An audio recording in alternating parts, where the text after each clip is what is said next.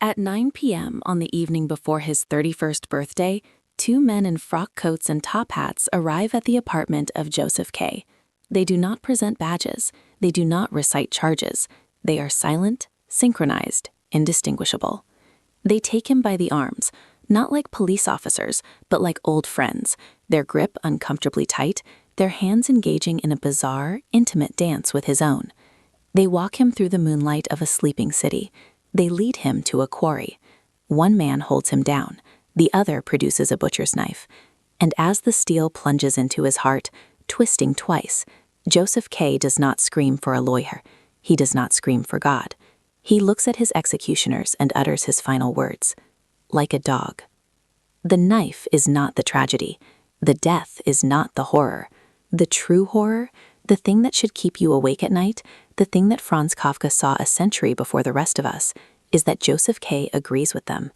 By the time the blade enters his chest, the system has not just killed his body, it has colonized his mind. It has convinced him that his annihilation is necessary, correct, and mundane. But there is a detail in this scene that nearly everyone misses, a specific, agonizing psychological mechanism that Kafka hid in the final seconds of the trial. It is the key to understanding the nightmare we are currently living in. It explains why you feel anxious when you check your email. It explains why you feel guilty when you pass a police car. It explains why modern society feels like a maze with no exit. To understand this mechanism, however, we have to strip away the myths. We have to destroy the caricature of the sad man writing about giant bugs. We have to look into the abyss of the 20th century's greatest prophet. But first, we must ask the question that will haunt the next 40 minutes of this analysis. Why did Josef K. help them? In the final moment, he could have fought. He could have run. Instead, he arranged his own throat for the knife. He colluded in his own destruction. Why? The answer is not resignation. The answer is something far more terrifying, something that reveals the dark architecture of your own psychology. Most people use the word Kafkaesque to describe a situation that is merely weird, surreal, or inconvenient. Your flight is canceled, you call it Kafkaesque. The DMV loses your paperwork, you call it Kafkaesque. This is wrong. This is dangerously wrong. To misunderstand this word is to misunderstand the trap you are already in. Kafkaesque does not mean surreal. It does not mean difficult. Kafkaesque refers to a specific type of systemic horror, where the individual is persecuted by a vast, shapeless authority that cannot be seen, cannot be understood, and cannot be fought. It is a labyrinth where the walls are made of paperwork, and the Minotaur is a low-level bureaucrat who is just following orders. In a Kafkaesque nightmare, you are not innocent, but you are also not guilty. You are something worse. You are accused, and the accusation itself is the verdict. Consider the insect. Everyone knows the Metamorphosis. Gregor Samsa wakes up one morning from uneasy dreams to find himself transformed into a gigantic insect. Pop culture focuses on the monster, the carapace, the waving legs, the slime. But if you read the text with a clinical eye, you realize the transformation is not the point. The horror is not that Gregor is a bug. The horror is that he is late for work. Lying on his back, unable to turn over, his first thought is not, I am a monster. His first thought is, the train leaves at 7 o'clock. He is terrified of his manager. He is terrified of his debt. The physical reality of his biological mutation is secondary to the economic reality of his employment. This is the first law of the Kafkaesque. The system precedes the self. Your humanity is a negotiable asset. Your function in the machine is absolute. When his family finally sees him, they are not screaming in terror at a beast. They are reacting with the annoyance and disgust one reserves for a broken appliance. Gregor has ceased to be an earner. He has become an overhead cost. The story is not a fantasy. It is a brutal, hyper-realistic depiction of conditional love in a transactional society. The father does not try to cure him. He throws apples at him. One apple lodges in Gregor's soft back, rotting there, causing an infection that eventually kills him. A father embedding a piece of fruit into his son's flesh like a shrapnel wound. This is the domestic violence of the mundane. But to understand why this domestic rot expands into a global nightmare, we must leave the bedroom of Gregor Samsa and enter the attic of the court. We must look at something far more disturbing than a bug. We must look at the law. In the trial, Josef K. is arrested, but he is never imprisoned. He is allowed to go to work. He is allowed to sleep in his own bed. This is the genius of the Kafkaesque persecution. It doesn't take your body immediately. It takes your time. It takes your focus. It slowly erodes your ability to think about anything other than the case. The court is not a grand marble building. It is located in the attics of poor tenements. It smells of old clothes and stale sweat. It is suffocating. When K enters the court offices, he becomes physically ill. The air is too thick to breathe. This is somatic horror. The bureaucracy is not just an abstract concept, it is a physical pollutant. It deprives you of oxygen. The judges in these attics are not wise men. They are petty, lecherous, and distracted. They look at pornography during proceedings. They are bored. And this is the most chilling aspect of Kafka's vision. Evil is not majestic. Evil is not a grand satanic plot. Evil is a bored man at a desk who lost your file and doesn't care.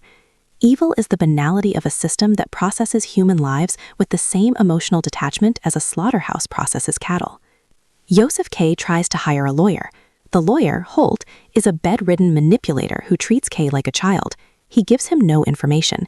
He tells him that progress is being made, but no progress is ever visible. This is the concept of the infinite postponement. You cannot win the case. You can only prolong it. You can only drag the chain a few inches further. The hope of acquittal is the mechanism of control. If K knew for a fact he was doomed, he might rebel. But the system feeds him just enough hope to keep him compliant, to keep him filing motions, to keep him showing up to the attic. Hope is the leash. But where did this vision come from? How did a mild-mannered insurance clerk in Prague draft the blueprint for the totalitarian nightmares of the 20th and 21st centuries? To find the source, we have to look at the giant shadow casting darkness over Kafka's entire life. We have to look at the father. Hermann Kafka was a butcher, a massive, booming, successful businessman with a voice like a thunderclap. Franz was thin, sensitive, terrified. In a letter that spans nearly 50 pages, a letter he wrote but never delivered, Kafka dissects his father with the precision of a surgeon. He described a childhood of utter domination. At the dinner table, the father makes the rules. Eat fast, don't talk, don't crunch the bones. But the father breaks every rule he sets. He spills food, he cleans his fingernails at the table. He is the law, and therefore he is above the law. This is the psychological origin of the totalitarian state. The father is the dictator who enforces arbitrary rules that he himself does not follow. The child, Franz, learns that justice is not based on logic, it is based on power. If you are small, you are wrong. If you are quiet, you are guilty. Kafka sublimated this domestic terror into a cosmic terror. The god of Kafka's universe is not a loving creator. He is Hermann Kafka expanded to the size of the galaxy. He is a angry authority who demands obedience but refuses to explain what he wants. In the castle, the protagonist, known only as K, arrives in a village governed by a mysterious castle on a hill. He spends the entire novel trying to get in. He tries to call them. He tries to meet officials. He tries to seduce barmaids who might have connections. He never gets in. He never even gets close. The castle is visible, but unreachable. The tragedy of the castle is that K seeks validation from a system that doesn't even acknowledge his existence. He wants the authorities to tell him who he is. He is looking for a permit to exist. And this is the trap of the modern world. We look to institutions, to credit scores, to social media algorithms, to corporate hierarchies to tell us that we matter. We beg the castle to open its doors, but the castle is empty. Or worse, the castle is filled with paper pushers who are just as lost as we are. But the psychological violence of the castle is subtle compared to the physical violence of Kafka's most brutal story, a story that reads like a manual for a torture chamber. To understand the true depth of the Kafkaesque, we must look at the machine. In the short story In the Penal Colony, a traveler visits an island prison. An officer shows him a complex execution device. It is not a hanging rope or a guillotine. It is a writing machine. The condemned man is strapped naked onto a bed.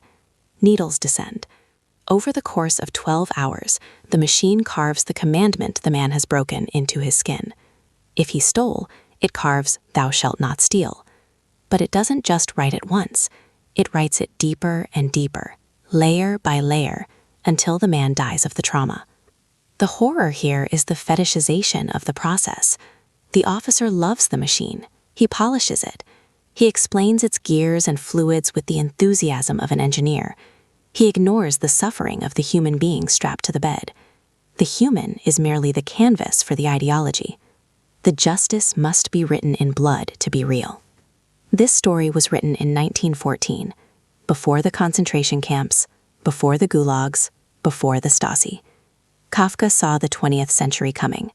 He saw that technology would not liberate us. It would perfect the art of killing us. He saw that bureaucracy would detach the executioner from the victim. The man pushing the button doesn't see the blood. He just sees the data. The officer in the story eventually straps himself into the machine, sacrificing himself to the apparatus.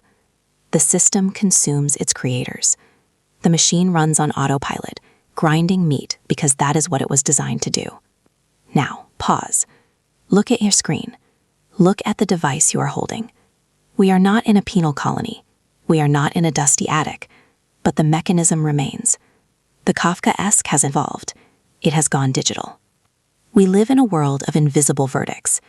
You apply for a loan and are rejected by an algorithm that no human being can explain. You are shadow banned on a platform, screaming into a void, unseen by the audience you built, with no judge to appeal to. You are flagged by a security system at an airport because your travel pattern matches a risk profile generated by an AI. You are the accused. You are Josef K, standing before the opaque door of the law, waiting for a permission that will never come. The double bind is the core psychological weapon of this modern condition. In Kafka's world, you are damned if you do and damned if you don't. If Josef K ignores the court, he is arrested. If he engages with the court, he implicates himself. There is no right move.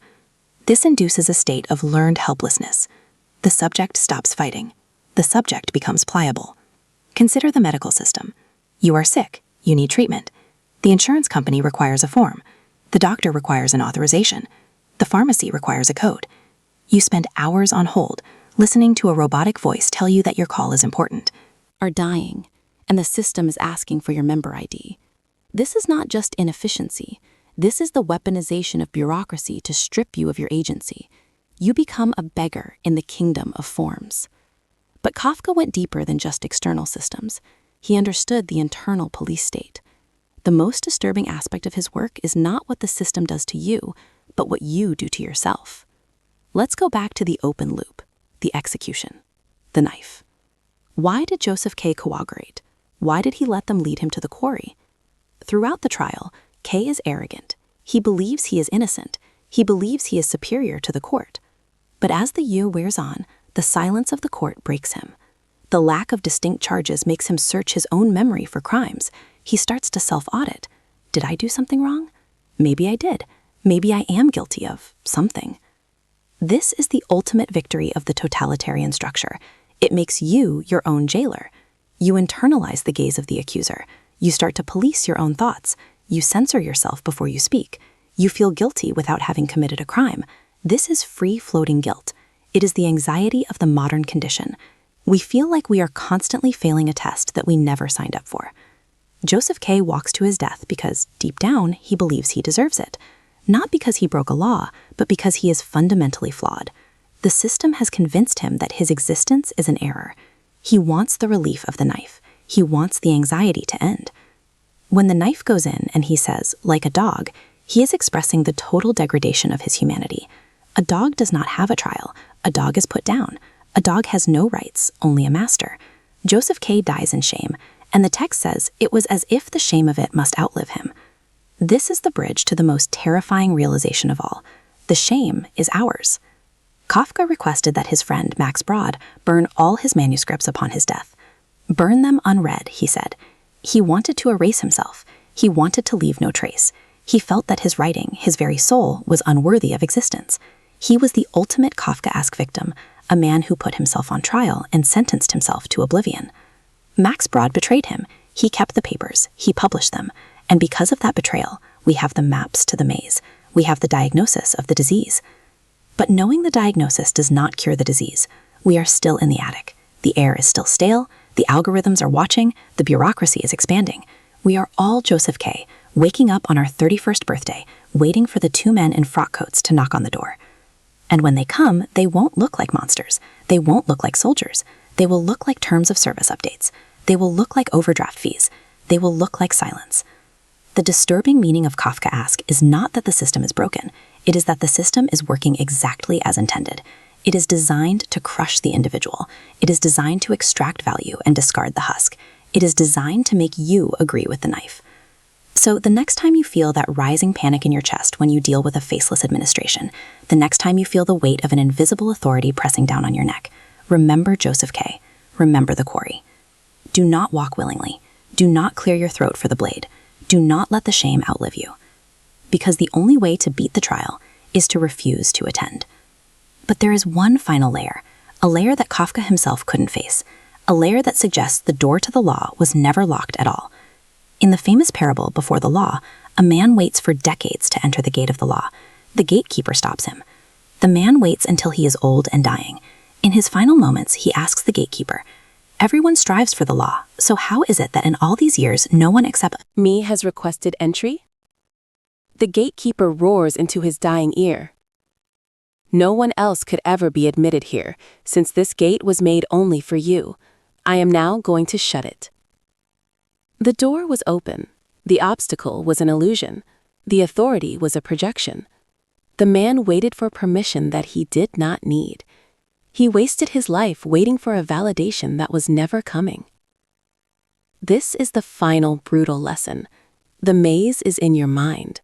The systems are real. The oppression is real.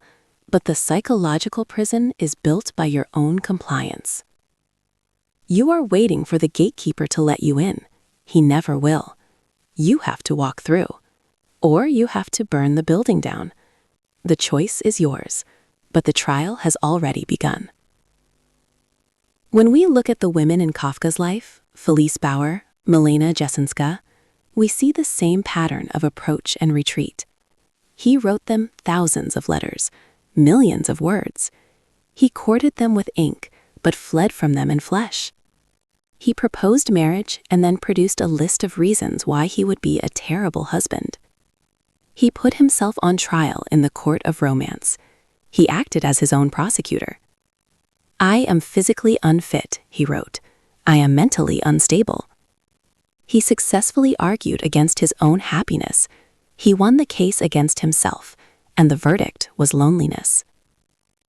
This is the neurosis of the absolute. If he could not be the perfect husband, he would be no husband. If he could not be the perfect writer, he would be ashes. This binary thinking is the hallmark of the depressive mind, but Kafka elevated it to an art form.